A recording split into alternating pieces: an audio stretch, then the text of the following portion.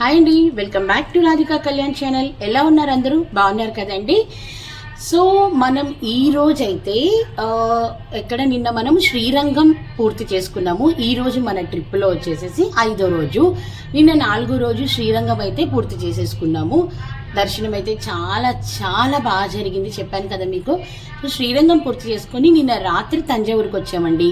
తంజావూరు నిన్న night temple finish చేద్దాం దర్శనం అనుకున్నాము, కానీ వర్షం పడుతూ ఉండటం కారణం వల్ల ఫినిష్ చేయలేకపోయామన్నమాట. సో ఫ్రెష్ అయిపోయి రూమ్కి వచ్చేసి రెస్ట్ తీసుకొని ఇప్పుడు పొద్దున్నే లేచి స్నానాలు పూర్తి చేసుకొని ఫినిష్ చక్కగా రెడీ అయిపోయి ఇప్పుడైతే ఫస్ట్ తంజావూరు దేవస్థానానికి అయితే బయలుదేరుతున్నానండి. తంజావూరుని ఫస్ట్ వెళ్ళి తంజావూరులో స్వామివారిని దర్శించుకొని తంజావూరు ఆలయ చరిత్ర అంతా కనుక్కొని ఆలయ చరిత్రతోటి ఆలయ విశేషాలతోటి మీ ముందుకు వస్తాను.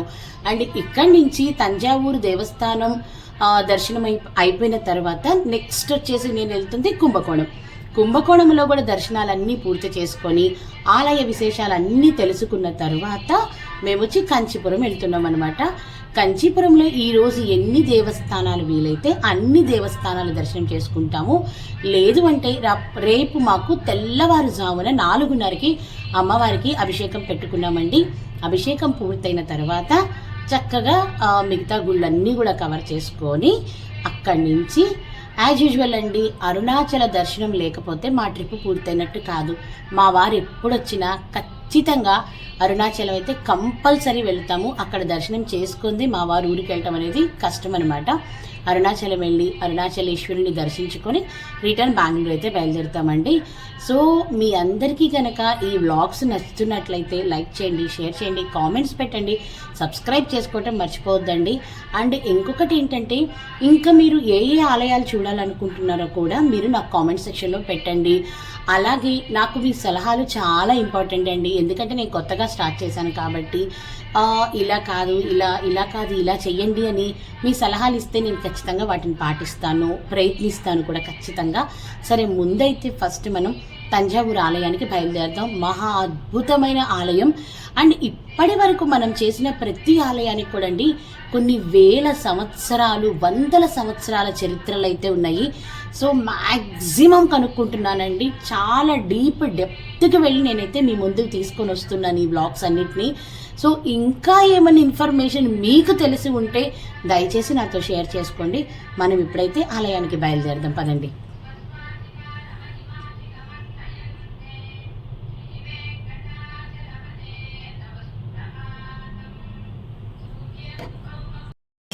హాయ్ అండి. సో ఫైనల్గా ఈరోజైతే మన ట్రిప్లో 5వ రోజైన తంజావూరులో ఉన్న బృహదేశ్వర ఆలయానికి అయితే వచ్చేసామండి. ఇప్పుడు ఇంకా లోపలికైతే వెళ్ళలేదు, లోపలికి వెళ్తున్నాం. ఇప్పుడు లోపలికి వెళ్ళిన తర్వాత ఆలయ చరిత్ర, ఆలయ విశేషాలతోటి ఈ ఆలయానికి ఎంతో అద్భుతమైన చరిత్ర అయితే ఉంది. ఎందుకంటే నేను ఆల్రెడీ 2 సార్లు వచ్చున్నాను. అద్భుతమైన చరిత్ర అయితే ఈ ఆలయానికి ఉందండి. పూర్తి వివరాలతోటి పూర్తిగా పూజారి గారి దగ్గర అందరి దగ్గర తెలుసుకొని మీ ముందుకైతే వస్తాను. తంజావూరులో మొదటి ఆలయం వచ్చేసి మనం ఇప్పుడు బృహదేశ్వర ఆలయం దగ్గరికి వచ్చున్నాము.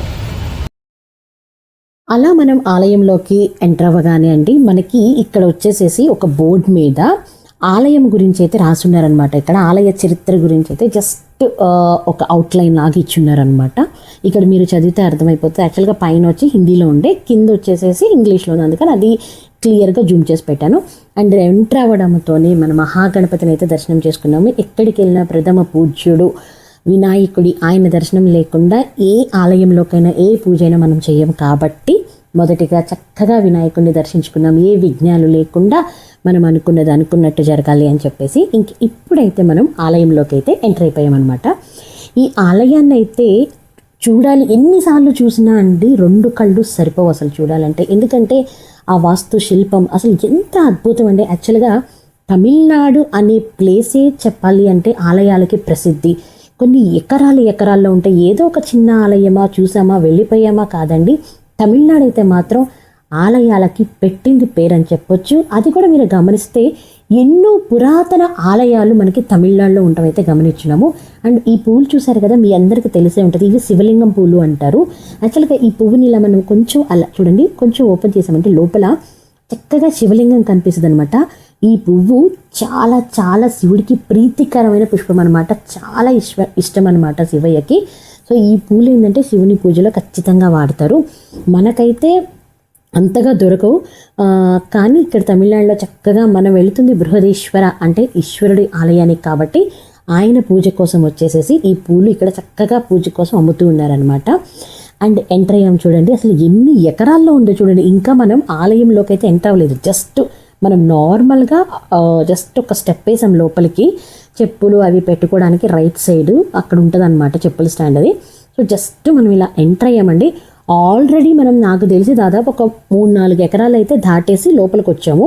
ఆ లోపలికి వచ్చిన తర్వాత చూడండి అసలు ఎలా ఉందో చూడండి. ఈ ఆలయాలు అయితే మాత్రం అద్భుతమైన ఆలయాలండి. అంటే తమిళనాడులో ఈ ఆలయం బాగుంటుంది, ఈ ఆలయం బాగోదని చెప్పలేమండి. దీనికి ముందు వ్లాగ్లో మీరు చూస్తున్నారు, శ్రీరంగం చూస్తే 156 ఎకరాల్లో అసలు ఆలయాలు ఏంటండి, అద్భుతమనే చెప్పాలి అసలు. అండ్ ముఖ్యంగా ఇంత అద్భుతంగా కట్టడం నాకు తెలిసి ఇవి ఎన్నో కొన్ని వేల సంవత్సరాల నాటి గుళ్ళండి. ఈ గుడి నాకు తెలిసి బృహదీశ్వర ఆలయం వచ్చి క్రీస్తు శకం 110వ సంవత్సరంలో నిర్మించారట అండి. అప్పటి నుంచి కూడా ఈ ఆలయాలు ఇంత దృఢంగా ఇంత బాగా ఉన్నాయి అంటే ఎంత గట్టిగా ఆలయాలను కట్టుంటారో ఒక్కొక్కసారి ఆలోచించండి. ఇప్పుడైతే మనం మెయిన్ ఆలయంలోకి అయితే ఎంటర్ అయిపోయింది. ఇక్కడి నుంచి చూస్తున్నారు కదా, మహా అద్భుతమైన ఈ బృహదీశ్వర తంజావూరు ఆలయం అయితే ఎన్నిసార్లు చూసినా తనివి తీరదండి. అలా ఎంటర్ అవ్వగానే చూసారు కదా నందీశ్వరుడు ఫస్ట్ మనకు వచ్చేసేసి దర్శన భాగ్యాన్ని ఇచ్చేసారనమాట. నందీశ్వరుని దర్శించుకుంటే యాక్చువల్గా చెప్పాలంటే అండి చాలామంది చెప్తారు డైరెక్ట్గా శివయ్యకి చెప్పటం కన్నా నంది చెవిలో మనం ఏం చెప్పినా నందీశ్వరుడు వెళ్ళి శివయ్యకి చెప్పి ఖచ్చితంగా ఆ కోరికను మనకి తీరుస్తాడట.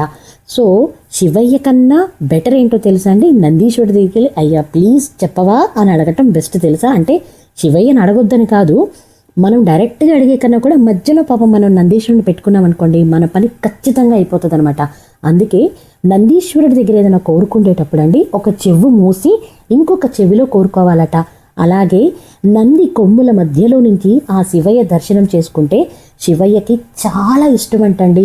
ఎలాంటి దర్శనం కావాలి అనుకుంటారంట అంటే శివుడు నన్ను ఎవరైతే నంది కొమ్ముల మధ్యలో నుంచి దర్శిస్తారో వాళ్ళకి ఖచ్చితంగా వాళ్ళు కోరుకున్న కోరిక నేను తీరుస్తాను అని శివయ్య అంటాడంటండి. సో నందీశ్వరుడి కొమ్ముల మధ్యలో నుంచి శివయ్య దర్శనం చాలా మంచిదనమాట. అలాగే మీరేమైనా కోరుకోవాలనుకుంటున్నప్పుడు చక్కగా ఒక చెవు మూసేసి రెండో చెవిలో నందీశ్వరుడికి మీ కోరికను చెప్తే నందీశ్వరుడు వెళ్ళి ఆ శివయ్య ముందు ఉంచి పాపం మన గురించి ఆయనే రిక్వెస్ట్ చేస్తాడనమాట. సో ఇంతకీ ఫైనల్గా ఈ అద్భుతమైన ఆలయ చరిత్ర గురించి అయితే తెలుసుకుందాము. ఎంతసేపు చెప్పినా తనివి తీరదు, ఇంక మనం ఇలా మాట్లాడుకుంటూ ఉంటే టైం అయిపోతుంది. కాబట్టి ఫస్ట్ మనం ఆలయ చరిత్రలోకి వెళ్ళిపోదాము. ముఖ్యంగా ముందు ఆలయ చరిత్ర గురించి అయితే తెలుసు. బృహదీశ్వర ఆలయం పెరుదయార్ కోయిల్ అని కూడా దీనిని తమిళంలో పిలుస్తారు. బృహదీశ్వరం ప్రాచీన హిందూ దేవాలయం. ఇది తమిళనాడులోని తంజావూరులో కొలువుతీరి ఉంది. ఇది శివాలయము. దీనిని 11వ శతాబ్దంలో చోళులు నిర్మించి ఉన్నారు. ఈ దేవాలయము ప్రపంచ వారసత్వ ప్రదేశంగా గుర్తించి ఉన్నారు. ఇది భారతదేశంలో అతి పెద్ద దేవాలయంగా కూడా పరిగణించబడుతూ ఉంది. ఇక ఆలయం చరిత్ర గురించి తెలుసుకుందాము. రాజరాజ చోళుని కుమారుడు మొదట రాజేంద్ర చోళుడు గంగైకొండ చోళపురంలో మరొక బృహదీశ్వర ఆలయాన్ని నిర్మించాడు. ఈ ఆలయం చిన్నదైనా అందులోని శిల్పకళా రీతుల వంటి వాటిలో రెండింటి మధ్యలో పెద్ద తేడా లేకుండా ఉన్నాయి. ఇతడు తండ్రి కంటే ఘనుడు. తన సామ్రాజ్యాన్ని గంగా నది వరకు విస్తరించి ఉన్నాడు. అందుకే ఆ ప్రాంతానికి గంగైకొండ చోళపురం అని పేరు పెట్టినట్లు చారిత్రకారులు చెబుతున్నారు. ఈ ఆలయం తంజావూరులోని బృహదీశ్వరం ఆలయం కంటే విశాలమైనది. కానీ తన తండ్రి మీద గౌరవంతో ఆలయ శిఖరాన్ని కొంచెం చిన్నదిగా నిర్మించాడట. ఆలయంలోని శిల్పకళ రూపాలు చోళుల శిల్పకళా రీతికి దర్పణాలు. ఆలయం ముందున్న పెద్ద నంది విగ్రహం, గర్భగుడిలోని 13.5 అడుగుల ఎత్తు, 60 అడుగుల విస్తీర్ణములో ఉన్న శివలింగం ఆలయానికి ప్రత్యేక ఆకర్షణగా నిలుస్తోంది. అంతేకాక ఆలయ గోపురంపై రాజేంద్ర చోళుడు శివ పార్వతుల ఆధ్వర్యములో పట్టాభిషిక్తుడవుతున్నట్లు శిల్పం భూదేవి సహిత విష్ణుమూర్తి శిల్పం, పార్వతీ సమేత శివుని శిల్పం, మార్కండేయుని చరిత్రను తెలిపే శిల్పాలు, ఇలా అనేక శిల్పకళా రీతులు ఆలయ శోభను ఇనుమడింపచేస్తూ ఉన్నాయి. రాజేంద్ర చోళుని అంతఃపురం ఈ ఆలయానికి 1 కిలోమీటర్ల దూరంలోనే ఉంటుంది. ఒకప్పుడు ఇంతటి సువిశాల సామ్రాజ్యానికి కేంద్ర బిందువైన ఈ ప్రదేశం ఇప్పుడు ఒక కుగ్రామంగా మారిపోయింది. ఈ నగరం ఎలా అంతరించిందో చరిత్రకు కూడా అంతుపట్టట్లేదు.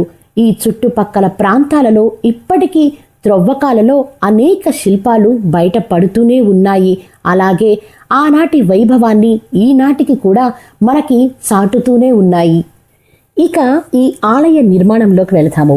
ఈ విశేష నిర్మాణం కుంజర రాజరాజ పెరుందాచన్ అనే సాంకేతిక నిపుణుడు వాస్తుశిల్పిచే చేయబడింది. ఈ విషయాలు అచటగల శాసనాల ద్వారా మనకు తెలుస్తుంది.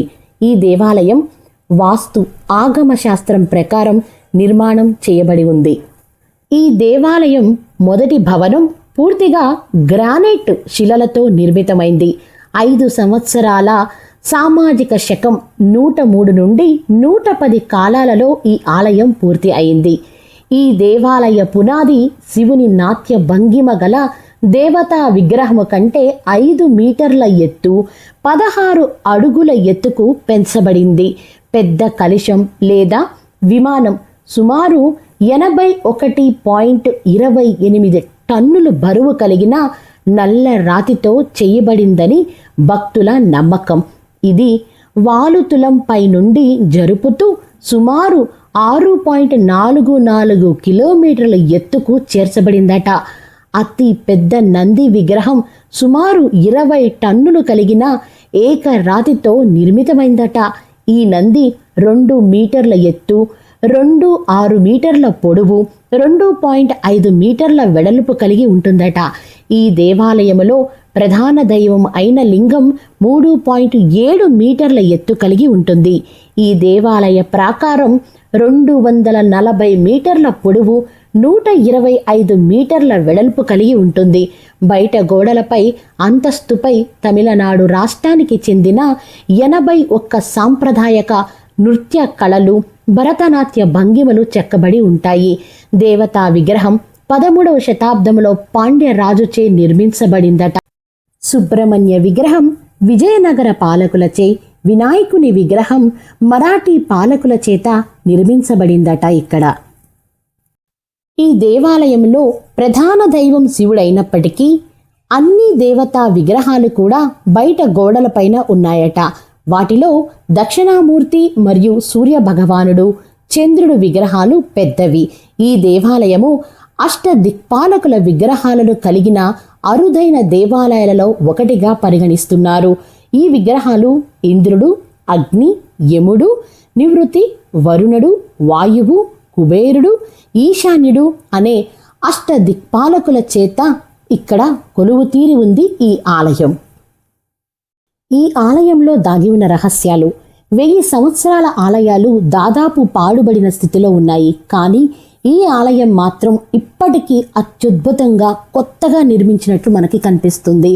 భారతదేశంలోనే అతి పెద్ద శివలింగం ఉన్న శివాలయంగా ఈ ఆలయం చెప్పబడుతూ ఉంది. ఈ ఆలయానికి 1000 సంవత్సరాల చరిత్ర ఉందని చెబుతూ ఉంటారు. ఈ ఆలయంలో ఎన్నో అంతుచిక్కని రహస్యాలు, వింతలు ఉన్నాయి. 13 అంతస్తులతో నిర్మితమైన ఈ ఆలయాన్ని నిర్మించడానికి ఎలాంటి ఉక్కు కానీ సిమెంటు కానీ వాడలేదట. ఈ ఆలయం నిర్మాణం పూర్తిగా గ్రానైట్ రాయితో చేయబడింది. భారతదేశంలోనే ఎక్కడా లేని విధంగా 13 అంతస్తులు కలిగిన ఏకైక పురాతన క్షేత్రం ఇది. ఇక ఈ ఆలయ గోపుర కలశం 80 టన్నుల ఏకశిలతో నిర్మించటం ఈ ఆలయంలో మరొక విశేషం. ఎవరైనా భక్తులు ఆ ఆలయంలో మాట్లాడుకుంటే ఆ శబ్దాలు మరొక ఆలయంలోనికి ప్రతిధ్వనించవట. అంతటి శబ్ద పరిజ్ఞానముతో ఈ ఆలయాన్ని అప్పట్లోనే నిర్మించి ఉన్నారు. ఇక ఈ ఆలయంలో మరొక విశిష్టత ఏమిటంటే మిట్ట మధ్యాహ్న సమయంలో ఈ ఆలయ గోపురం నీడ ఎక్కడా పడదు. గుడి నీడ కనపడినా ఆలయ గోపురం నీడ మాత్రం కనిపించదు. ఈ ఆలయం చుట్టూ ఉన్న రాతి తోరణాలతో 6 మీటర్ల కన్నా తక్కువ పరిమాణంలో ఉండే వంపుతో కూడిన రంధ్రాలు మనకి కనిపిస్తాయి. ఈ రంధ్రాలు ఎందుకు పెట్టారనే విషయం మాత్రం ఇప్పటికీ ఎవ్వరికీ తెలియని ఒక రహస్యంగా అయితే ఈ ఆలయంలో మిగిలిపోయింది. ఇదండి మనకి తంజావూరులో ఉన్న బృహదీశ్వర ఆలయ చరిత్ర. మీ అందరికీ ఈ ఆలయ చరిత్ర నచ్చిందని అనుకుంటున్నాను.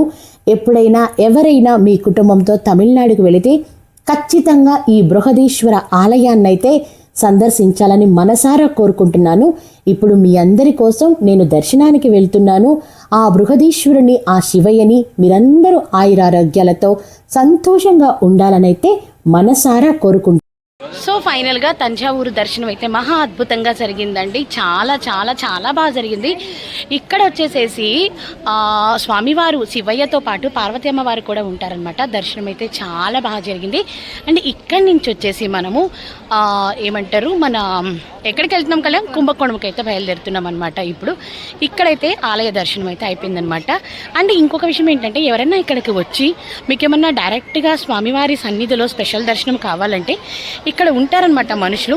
500 రూపాయలు ఇచ్చామంటే మన ఫ్యామిలీని మొత్తం లోపలికి పంపించేసి గోత్రనామాలతో పూజ చేసి మనకు చక్కగా, అలాగే మనకి ప్రసాదం కూడా వాళ్ళు ఇస్తారనమాట స్వామివారి సన్నిధిలో. అలాగే అమ్మవారికి 100 రూపాయలు పెట్టుకుంటే చక్కగా అర్చన కూడా చేస్తారనమాట. సో ఇదండి మన తంజావూరు విషయాలు. ఆలయ చరిత్రతోటైతే మీ ముందుకు త్వరలో వచ్చేస్తాను. ఇప్పుడైతే ఫస్ట్ మనం కుంభకోణం బయలుదేరుతాం.